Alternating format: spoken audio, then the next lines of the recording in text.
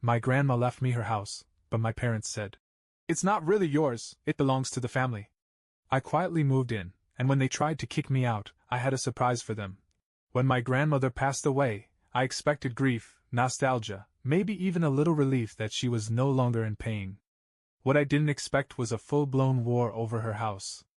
She had left it to me in her will, clear as day, in black and white, no ambiguity. It wasn't just a house to me. It was where I had spent my summers as a kid, where she made her famous peach cobbler, where I'd sit on the porch with her and listen to her stories. It was home. But my parents didn't see it that way.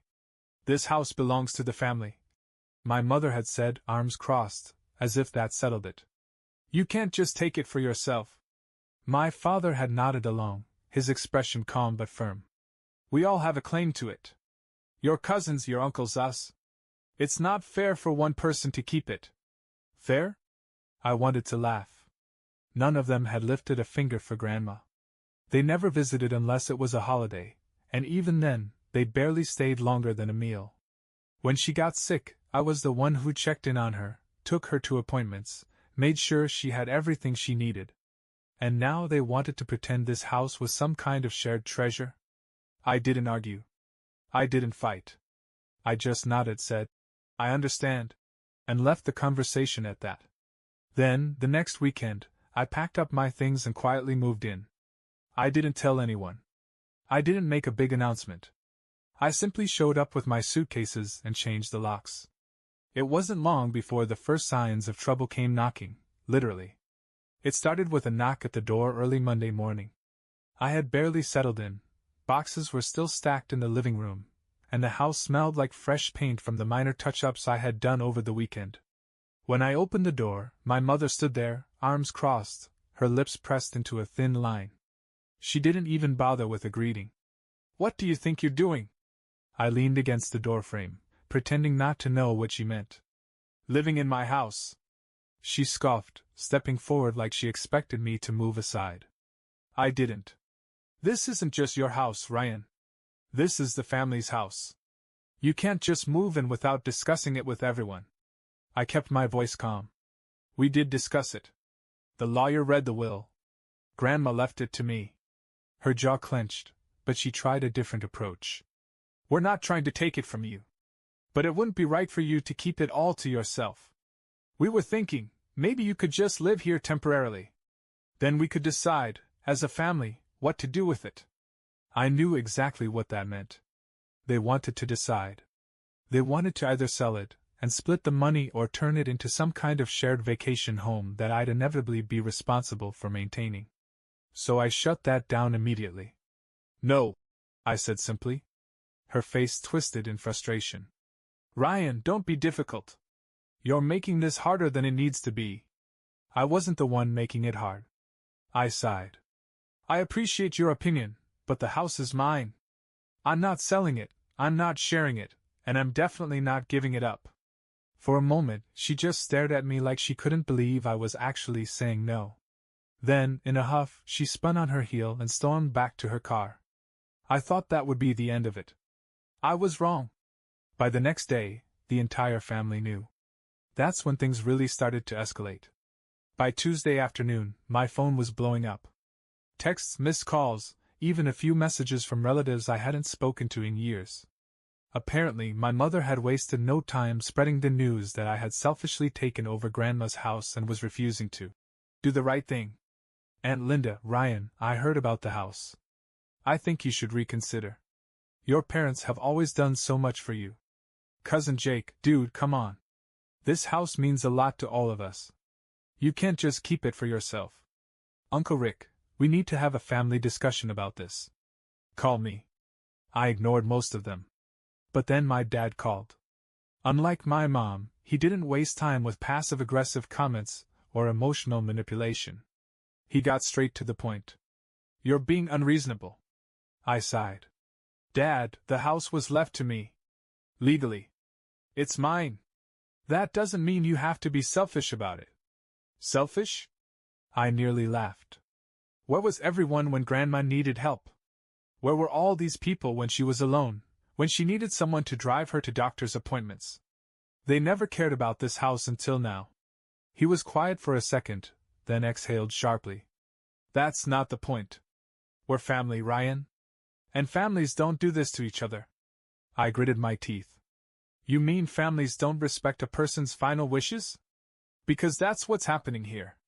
He sighed like I was some stubborn child refusing to share a toy. You'll regret this. Then he hung up. I should have known that was just the beginning. That evening, I heard a car pull into the driveway. I checked through the curtains and, sure enough, there they were, my parents, standing on my porch like they owned the place. And they weren't alone. They had brought backup. I barely had time to brace myself before the knocking started, loud, impatient, and relentless. I took a deep breath, squared my shoulders, and opened the door. Standing on my porch were my parents, my Aunt Linda, and my cousin Jake. They all had the same expression, a mix of forced concern and thinly veiled irritation. Ryan, my mother started, in that tone she always used when she was about to guilt me into something. We need to talk. I leaned against the doorframe, arms crossed. We've already talked. My dad pushed past her. Not properly. This is a family issue, and the family deserves a say. I didn't move. No, this is a legal issue, and the law already decided. Grandma left the house to me. Aunt Linda chimed in. That's not the point, sweetie. The house has been in the family for generations. It wouldn't be right for just one person to keep it. I nearly laughed. That's funny, because none of you had any interest in it while Grandma was still alive. Jake scoffed. Dude, that's not fair. We all loved Grandma. Sure, I said. Loved her enough to show up for Thanksgiving, maybe Christmas. But not enough to check on her when she was sick. Not enough to help when she needed things fixed around the house. Not enough to even call. I was the only one who was there for her. Silence. Then my dad sighed, rubbing his forehead.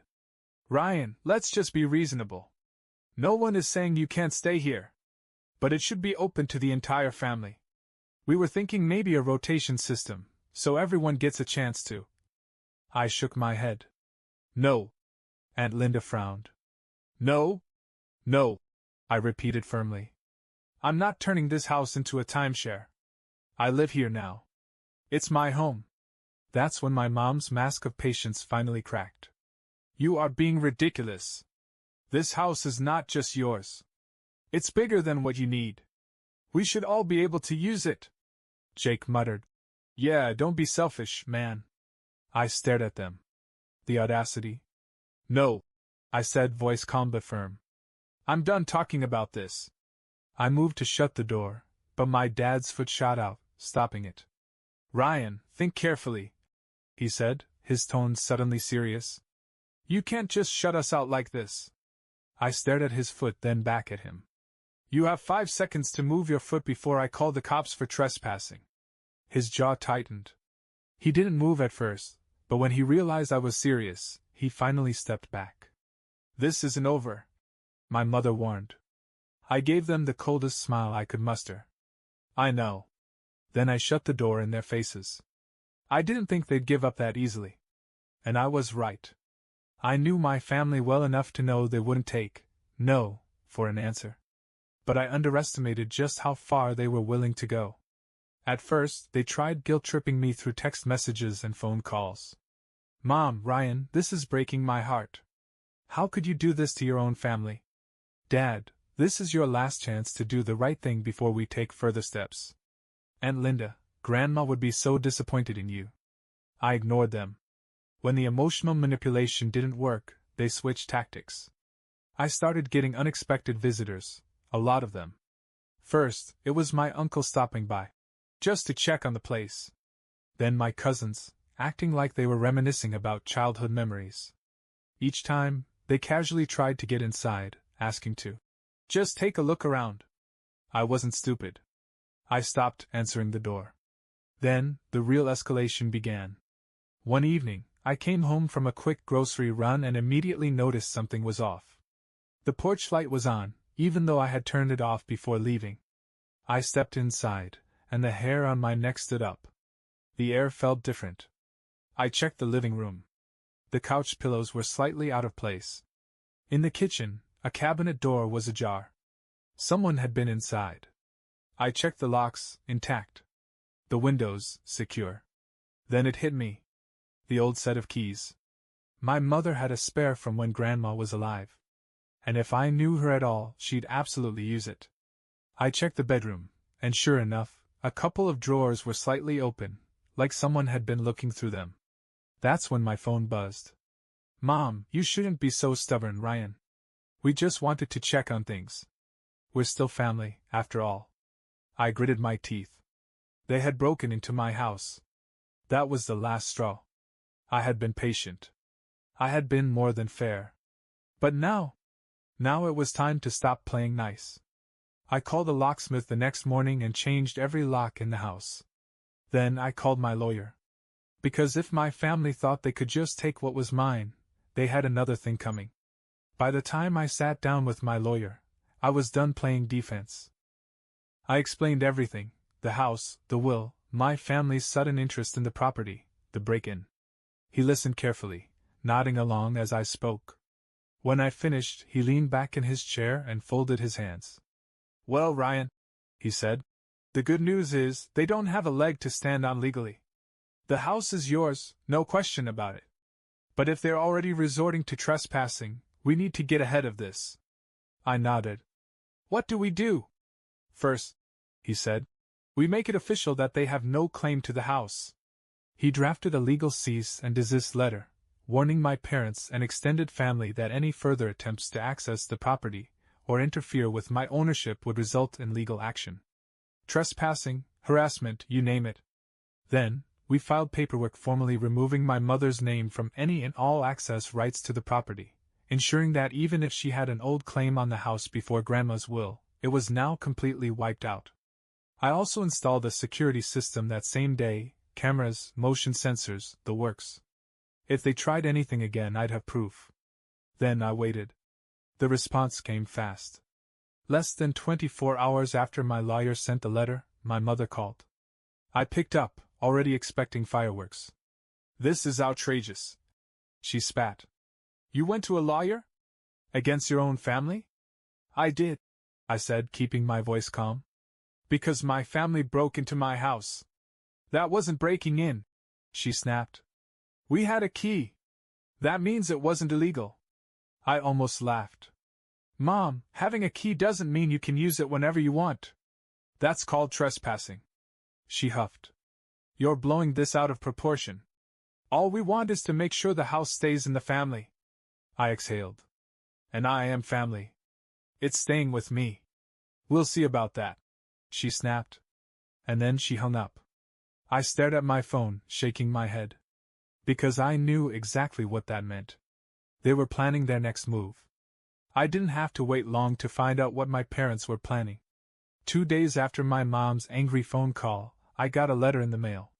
It was from a family lawyer, not mine, but one my parents had apparently hired. The letter claimed that since the house had been in the family for decades, my relatives had a rightful claim to it.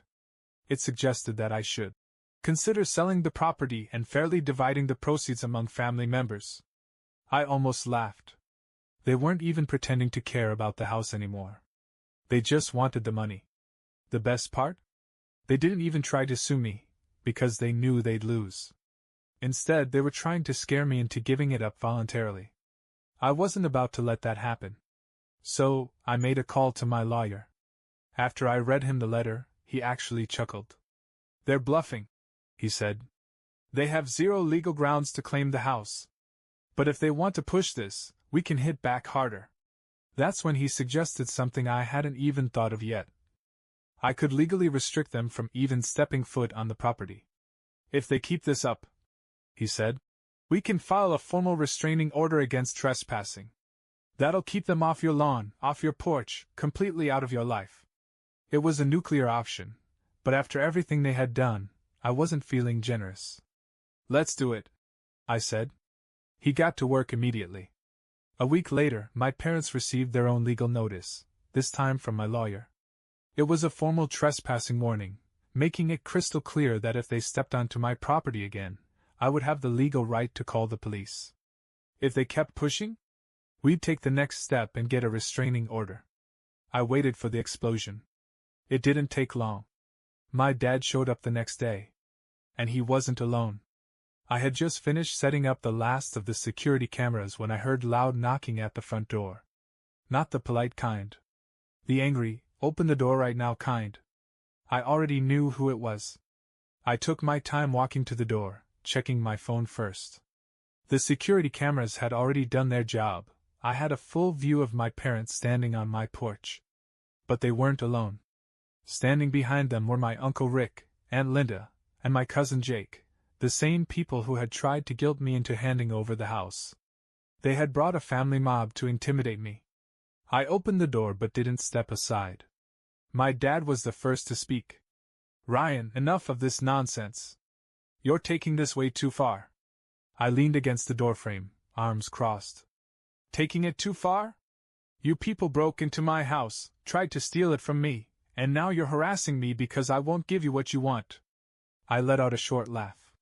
"If anything, I should have called the police already." My mother scoffed.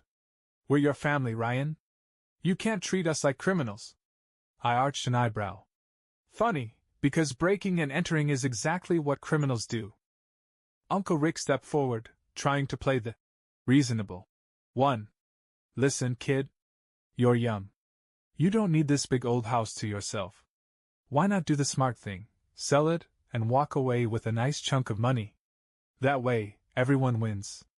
I stared at him. Everyone except Grandma, whose final wishes you all conveniently ignored. That actually shut him up for a second. But Jake, ever the loudmouth, chimed in next. "This is selfish, man," he muttered, shaking his head. "You're hoarding something that belongs to all of us. You think this is going to end well for you?" I tilted my head. "Is that a threat, Jake?" His eyes flickered, and he backtracked. "I'm just saying, man, you don't want to make enemies out of your own family." I smiled coldly. "Too late. You already did that when you tried to steal from me."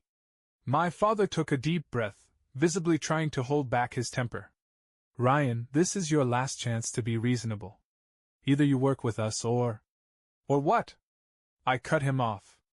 A tense silence fell over the porch.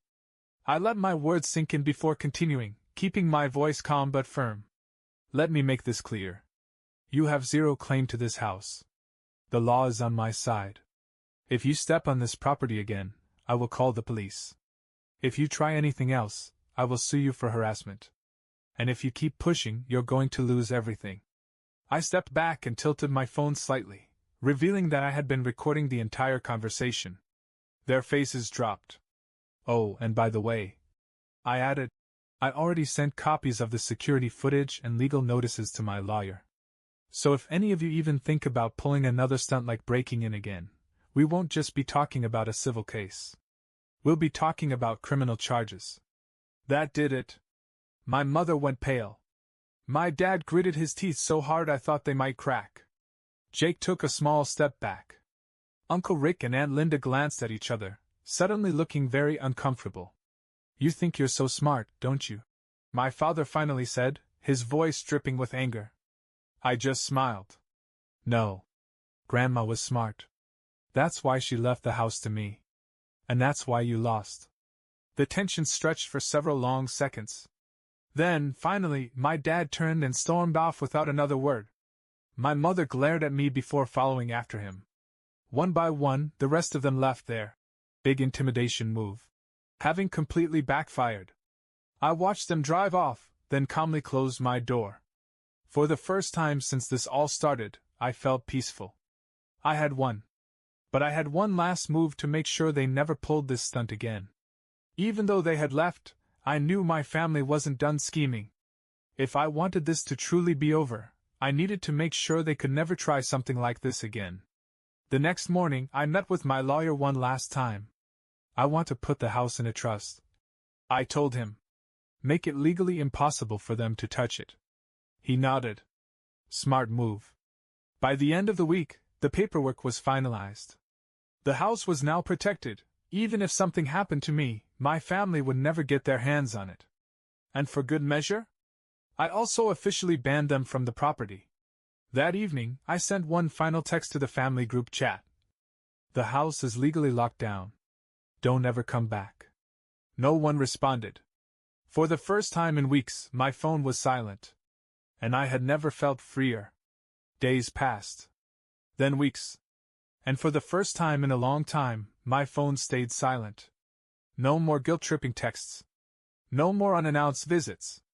It seemed like my family had finally gotten the message. The house was mine, legally untouchable, and now they had no way of trying to manipulate me into giving it up. But I knew my parents well enough to know they wouldn't just move on without trying one final trick.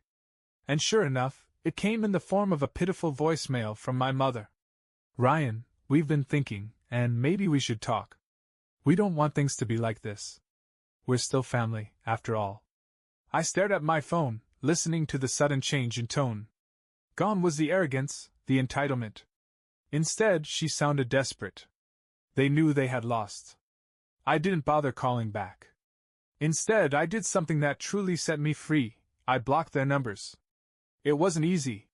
Cutting off family, no matter how toxic, comes with guilt.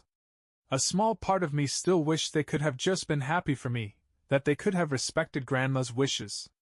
But they had shown me who they really were. And I had finally learned to listen. Now, when I sit on the porch of my house, watching the sunset over the same yard where I used to sit with Grandma, I feel something I haven't felt in years. Peace. And I know, without a doubt, that I made the right choice.